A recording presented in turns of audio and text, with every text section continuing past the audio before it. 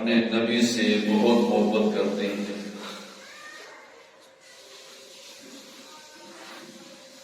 اور یہ محبت ایمان کا حصہ ہے۔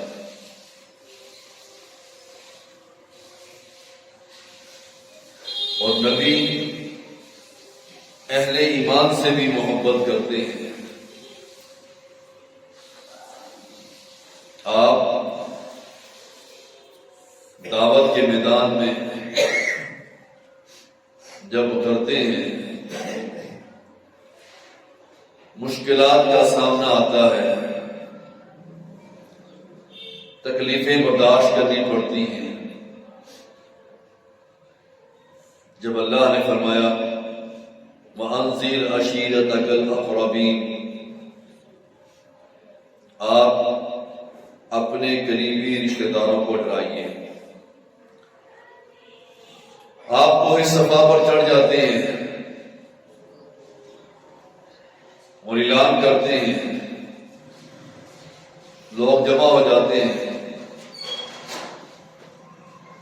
آپ ان سے سوال کرتے ہیں کہ اگر میں یہ کہوں اس پہاڑ کے پیچھے کوئی لشکر ہے جو تم پر حملہ کرنا چاہتا ہے، یا دشمن ہے جو صبح یا شام کو تم پر چھاپا مارنا چاہتا ہے، سب لوگ کہتے ہیں مل کر کہ آپ سچے ہیں، آپ امین ہیں، آپ صادق ہیں، آپ کی زبان سے کبھی جھوٹ نہیں سنا، آپ کی تعریف کرتے ہیں۔ پھر آپ نے فرمایا قولوا لا الہ الا اللہ، لوگوں کہہ دو کہ اللہ کے سوا کوئی معبود نہیں۔ یہ الفاظ سنتے تھے آپ کے قریبی رشتہ دار آپ کے مخالف ہوتے۔ ابو لہب کہتا ہے کہ تب لک یا محمد، اے محبت تمہارے ہاتھ ٹوٹ جائیں، تم نے اس لیے ہمیں بلایا تھا، تم نے ہمارے معبودوں کی توہین کی، جو رشتہ دار آپ کو امین اور صادق کہتے تھے، آپ کی عزت کرتے تھے، صرف ایک الفاظ کہنے سے کہ قولوا لا الہ الا اللہ، کہ یہ کہہ دو کہ اللہ کے علاوہ کوئی نہیں، کسی کو نہیں مارا جا سکتا، کوئی مشکل کشا نہیں، کوئی حاجت روا نہیں، اس الفاظ کے کہنے سے آپ کے قریبی رشتہ دار آپ کے جان کے دشمن بن گئے۔ جب ہرقل نے ابو سفیان سے شاہ روم نے سوال کیے کہ سنا ہے تمہارے علاقے میں نبی آیا ہے، کیسا ہے، اس کا نسب کیسا ہے، اس کا حسب کیسا ہے؟ ابو سفیان جو اس وقت مسلمان نہیں ہوا تھا، اللہ کے رسول صلی اللہ علیہ وسلم کی تعریف کرنے پر مجبور ہوا۔ شاہ روم پوچھتا ہے کبھی جھوٹ تو نہیں بولا؟ ابو سفیان کہتا ہے کبھی جھوٹ نہیں بولا۔ شاہ روم پوچھتا ہے کبھی خیانت تو نہیں کی؟ کبھی اس کے خاندان میں کسی نے نبوت کا دعویٰ تو نہیں کیا؟ کس خاندان سے ہے؟ کہتے ہیں وہ شریف ہے، ابن شریف ہے۔ ابو سفیان بھی حالت کفر میں اللہ کے رسول کی تعریف کرتا ہے صلی اللہ علیہ وسلم، لیکن تکلیف بڑی ہے مشرکین مکہ کو۔ ایک دن آپ نماز پڑھ رہے تھے، نماز پڑھ رہے تھے، عقبہ بن ابی معیط کافر ہے، حالت نماز میں آپ کے گلے میں کپڑا ڈال کر آپ کے گلے کو دبانا چاہتا تھا۔ بھاگ کر ابو بکر صدیق آتے ہیں رضی اللہ تعالیٰ عنہ کہ تم کس کو قتل کر رہے ہو؟ جو یہ کہتے ہیں کہ میرا رب اللہ ہے اور کوئی جرم نہیں۔ آج جماعت حق کا بھی یہی جرم ہے کہ ہم کہتے ہیں کہ ہمارا رب اللہ ہے۔ ان الذین قالوا ربنا اللہ ثم استقاموا، ہم اس پر قائم ہیں اور اللہ کے علاوہ غیروں کی ہم ہمیشہ ہی مذمت کرتے ہیں کہ یہ غیر رب نہیں ہو سکتا، یہ قبر والے رب نہیں ہو سکتے، یہ قبور جبوں والے رب نہیں ہو سکتے، یہ قبر میں دفن ہونے کے بعد یہ داتا نہیں ہو سکتا، یہ مجبور ہے، لاچار ہے۔ ابو بکر صدیق رضی اللہ تعالیٰ عنہ کہتے ہیں کہ کس کو قتل کر رہے ہو؟ وہ ظالم، وہ بدبخت جو نبی کے گلے دبا دیتے تھے۔ اللہ کے رسول صلی اللہ علیہ وسلم کعبے کے سائے میں نماز پڑھ رہے ہیں، مشرکین مکہ قریب بیٹھے ہیں اور ہنس رہی ہیں۔ ابو جہل کہتا ہے کون ہے جو اس محمد پر اونٹ کی اوجڑی اس کے سر پر رکھنے والا؟ یہی عقبہ بن ابی معیط، یہ بدبخت انسان تھا۔ اسی شخص نے جب اللہ کے رسول صلی اللہ علیہ وسلم سجدے میں گئے، اسی شخص نے اس اوجڑی کو اٹھا کر، اس گند کو اٹھا کر محمد کے سر پر رکھ دیا صلی اللہ علیہ وسلم۔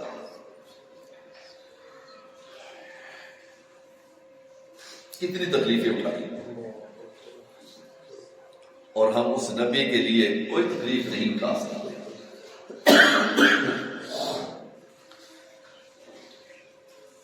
مشرکین مکہ ہنس رہے ہیں، لوٹ پوٹ ہو رہے ہیں کہ ہم نے بڑا کارنامہ سر انجام دیا۔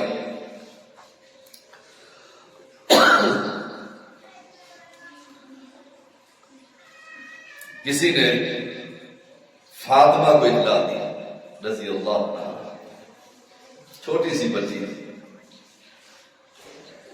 کہ تمہارے بابا کے سر پر اوجڑی پڑی اور اللہ کے رسول اس بوجھ کی وجہ سے سجدے میں پڑے رہے۔ فاطمہ آتی اپنے ننھے ننھے ہاتھوں سے اس اوجڑی کو ہٹاتی ہے اور مشرکین مکہ کو برا بھلا کہنے لگ جاتی ہے۔ اللہ کے رسول اٹھتے ہیں، سجدہ سے نماز مکمل کرتے ہیں اور بد دعا کر دیتے ہیں کہ اللہ ان کو پکڑ لے۔ ان کی ہنسیاں بند ہو جاتی ہیں، پریشان ہو جاتے ہیں، لیکن اس چیز کو سوچئے کہ اللہ کے رسول صلی اللہ علیہ وسلم نے تکلیف کتنی اٹھائی۔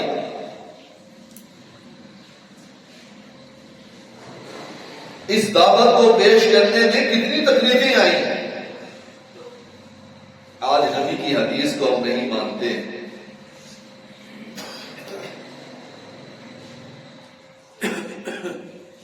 نبی کے فرمان کو ہم نہیں مانتے، جانتے بوجھتے ہوئے درگزر کر جاتی ہیں۔ کفار مکہ نے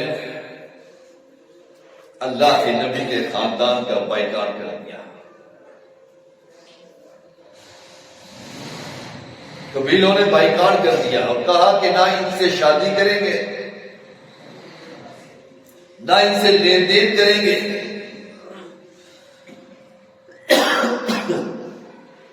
معاشی بائیکاٹ کر دیا۔ کیا ہوا؟ 3 سال شعب ابی طالب میں مسرور ہو کر رہتے ہیں، پتے اور چمڑے چبانا منظور کر لیا، لیکن اس کفار سے کمپرومائز نہیں کیا۔ یہ حالات ایسے ہیں، کوئی وجہ نہیں، حالات ایسے ہیں، بعد میں رستہ نکل آئے گا۔ اس توحید کو بلند رکھا، پتوں کھا کر گزارا کر لیا، چمڑے چوس کر گزارا کر لیا۔ آج ہمارا ایسا ذہن نہیں ہے، جو ہی حالات چینج ہو جاتے ہیں ہمارا ذہن بھی چینج ہو جاتا ہے۔ بھٹو کے خلاف تحریک جب بلند ہوئی، سب جماعتیں اکٹھی ہو گئی، نورانی نے جماعت کروائی، اور کسی نے کہا علامہ احسان الہی شہید کو رحمت اللہ علیہ کہ جماعت نورانی کرا رہا ہے، قربان جاؤں سلامے پر اس قائد پر۔ اس نے کیا کہا کہ ہم نے کمپرومائز کیا ہے، اتحاد کیا ہے، 9 ستارے ہم جمع ہوئے ہیں، 9 جماعتیں جمع ہوئی ہیں، اس سیاست کو، اس بھٹو کے خلاف دین پر جمع نہیں ہوئے، ہم نے دین کا سودا نہیں کیا، ہماری نماز اس کے پیچھے نہیں ہوتی۔ آج دیکھ لیجئے، کوئی مسئلہ کھڑا ہو جاتا ہے تو دربار سے ریلی نکلتی ہے، اس میں اہل بھی ہوتے ہیں اور دوسرے بھی ہوتے ہیں، کہتی ہیں حالات کا تقاضا ہے، اوپر سے دباؤ ہے، جلوس محرم کا نکلتا ہے،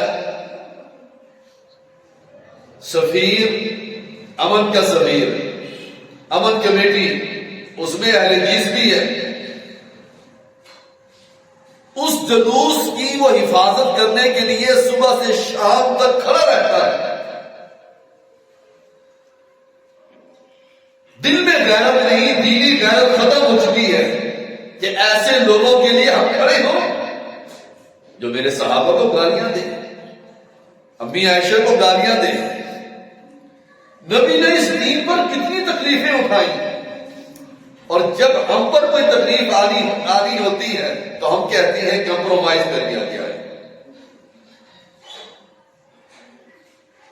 مشرکین مکہ نے ابو طالب سے جا کر مل کر شکایت کی کہ تمہارا بھتیجا ہمارے معبودوں کو گالیاں دیتا ہے، ہمارے بزرگوں کو برا بھلا کہتا ہے، ہمارے دین میں عیب جوئی کرتا ہے۔ کتنی باتیں ہوں گی، تمہارا بھتیجا ہمارے بزرگوں کو گالیاں دیتا ہے، حالانکہ اللہ کے رسول کبھی گالی نہیں دی، کبھی گالی نہیں دی کسی کو۔ گالی کیا ہے کہ تمہارے معبود کچھ نہیں کر سکتے، سب سے بڑی گالی یہ قبروں والے کچھ نہیں کر سکتے، سب سے بڑا بہتان اور گالی یہی ہے ان کے لیے۔ یہ گستاخ ہے بزرگوں کے، جو نبی نے کام کیا آج ہم بھی وہی کام کر رہے ہیں، ہم کہتے ہیں یہ قبروں والے کچھ نہیں کر سکتے۔ ہم باطل ادیان کو کھول کر بیان کرتی ہیں، یہ باطل ہے، یہ جھوٹے ہیں، ان کی دعوت اللہ کے رسول کی دعوت سے نہیں ملتی۔ ہم بھی ان کے علماء کو جاہل کہتے ہیں کہ یہ حق سمجھ لینے کے بعد پھر بھی یہ جاہل ہیں۔ یہی نبی نے کہا تھا کہ تم بیوقوف ہو، اسی لیے تو وہ کلمہ نہیں پڑھتے تھے، انہیں پتا تھا کہ کلمہ پڑھنے کا مطلب کیا ہے۔ اللہ کے رسول کا فرمان ہے صلی اللہ علیہ وسلم، کچھ لوگ ایسے ہوں گے جب ان میں نیک بندہ مر جاتا ہے تو وہ ان کی قبروں کو سجدہ گاہ بنا لیتے ہیں۔ کب بات کی تھی اور آج یہ پوری ہو چکی ہے۔ ان کے لوگ مر جاتے ہیں تو یہ اس جگہ کو سجدہ گاہ بنا لیتی ہیں، اس دربار کو دربار بنا لیتی ہیں اور اس کے ساتھ ملحقہ مسجد بنا لیتے ہیں۔ ایسی مسجد میں بھی نماز نہیں ہوتی جہاں قبریں ہوں۔ اور کیا فرمایا اللہ کے رسول صلی اللہ علیہ وسلم نے کہ ایسے لوگ دنیا کے بدترین لوگ، یہ بدترین لوگ ہیں جو اپنے بزرگوں کی قبروں پر سجدہ کرتے ہیں، بدترین انسان ہے۔ ہم کیوں نہیں کہتے؟ ہمیں بھی کہنا چاہیے۔ یہ بدترین انسان ہے جو بزرگوں کی قبروں کو سجدہ کیا بنا دیتے ہیں۔ یہ اللہ کے رسول نے فرمایا صلی اللہ علیہ وسلم۔ پھر ان کو پکارتے ہیں، اور پکارنا عبادت ہے، پکارنا عبادت ہے۔ وَمَن يَدْعُ مَعَ اللَّهِ إِلَٰهًا آخَرَ، جو اللہ کے ساتھ دوسروں کو پکارتے ہیں، پکارنا عبادت ہے، پکارنا عبادت ہے۔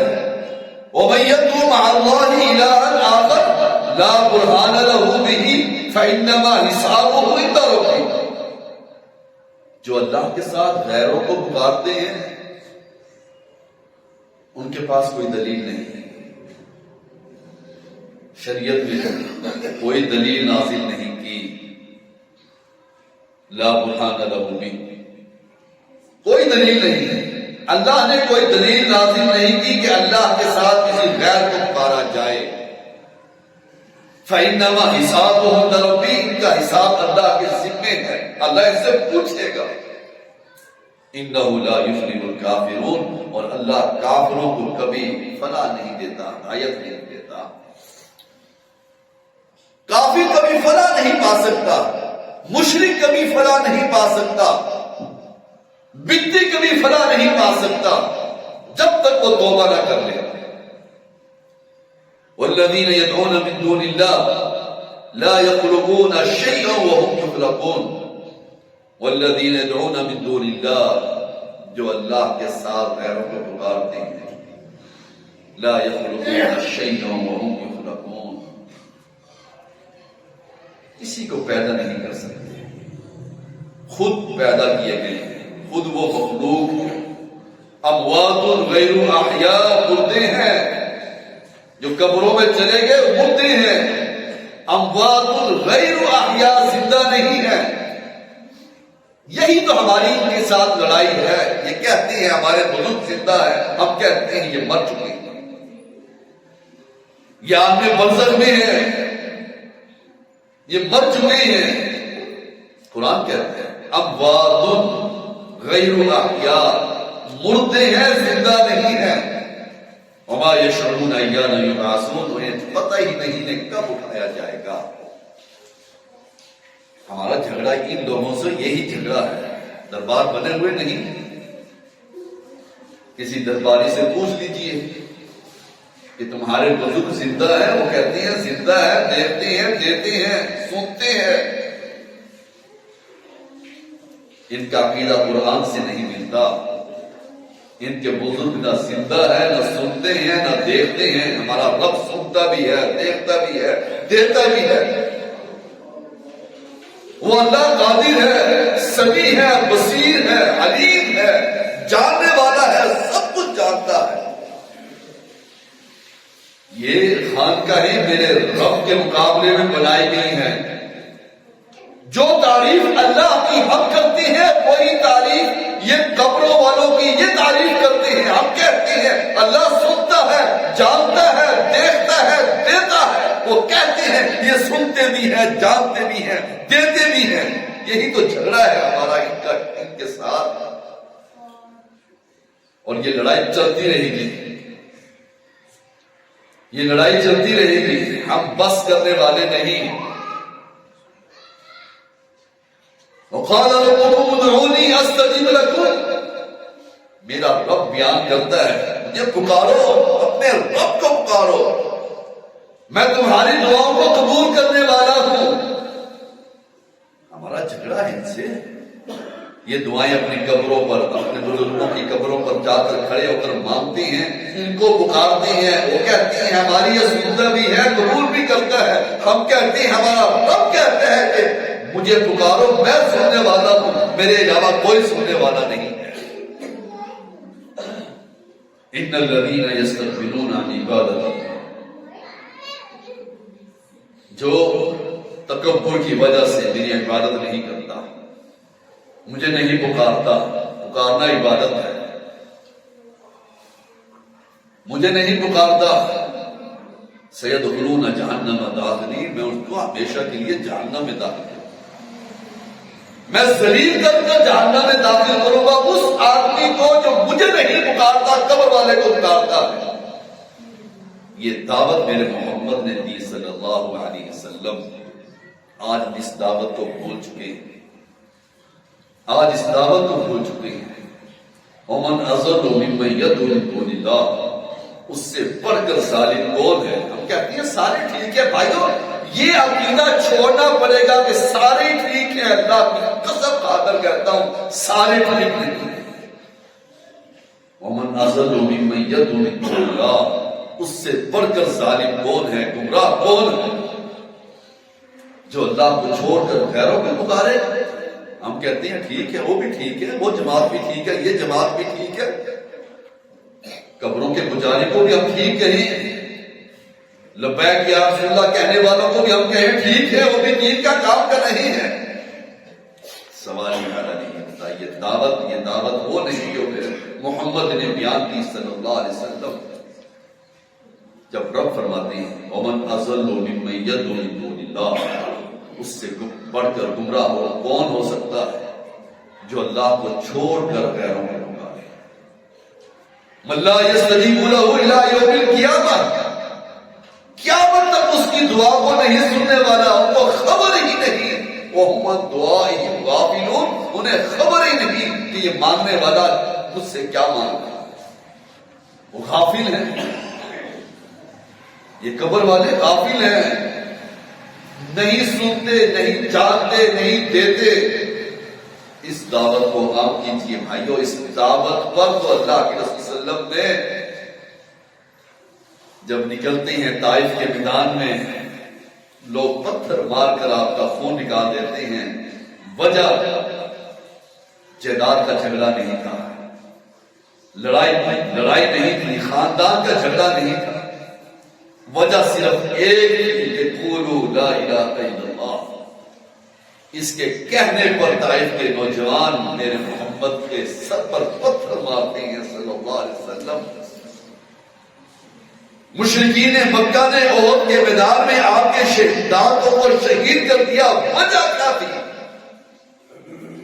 وہ کہتے تھے ہبل، اور ہم کہتے تھے اللہ اکبر، لا الہ الا اللہ. جھگڑا صرف دو ہی چیزوں کا تھا. وہ اپنے بزرگوں کو کہتے تھے ہمارے بزرگ بھی کچھ کرنے والے ہیں. ہم کہتے ہیں تمہارے بزرگ کچھ نہیں کر سکتے، جو کچھ کرنا ہے میرے رب نے کرنا ہے، میرے رب کا مقابلہ تمہارے بزرگ نہیں کر سکتے. یہی دعوت تو میرے محمد لے کر کھڑے ہوئے تھے صلی اللہ علیہ وسلم. آج اس دعوت کی ضرورت ہے بھائیو، آج اس ننگی دعوت کی ضرورت ہے. ایسی دعوت جس دعوت کے اندر لچک نہ ہو کہ ٹھیک ہے، یہ بھی ٹھیک ہے، یہ بھی ٹھیک ہے، فلاں بھی ٹھیک ہے، فلاں بھی ٹھیک ہے. بھائی صحیح وہی ہے جو کہتا ہے سن کے دل سے کہ لا الہ الا اللہ اور اس کے ساتھ کسی کو شریک نہیں کرتا، وہی جنت میں جانے والے ہیں.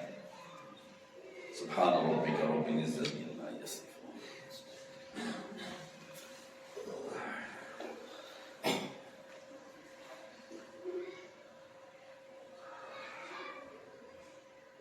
ان الحمد للہ نحمده ونستعینه ونستغفره ونعوذ بالله من شرور انفسنا ومن سيئات اعمالنا. من يهده الله فلا مضل له ومن يضلل فلا هادي له.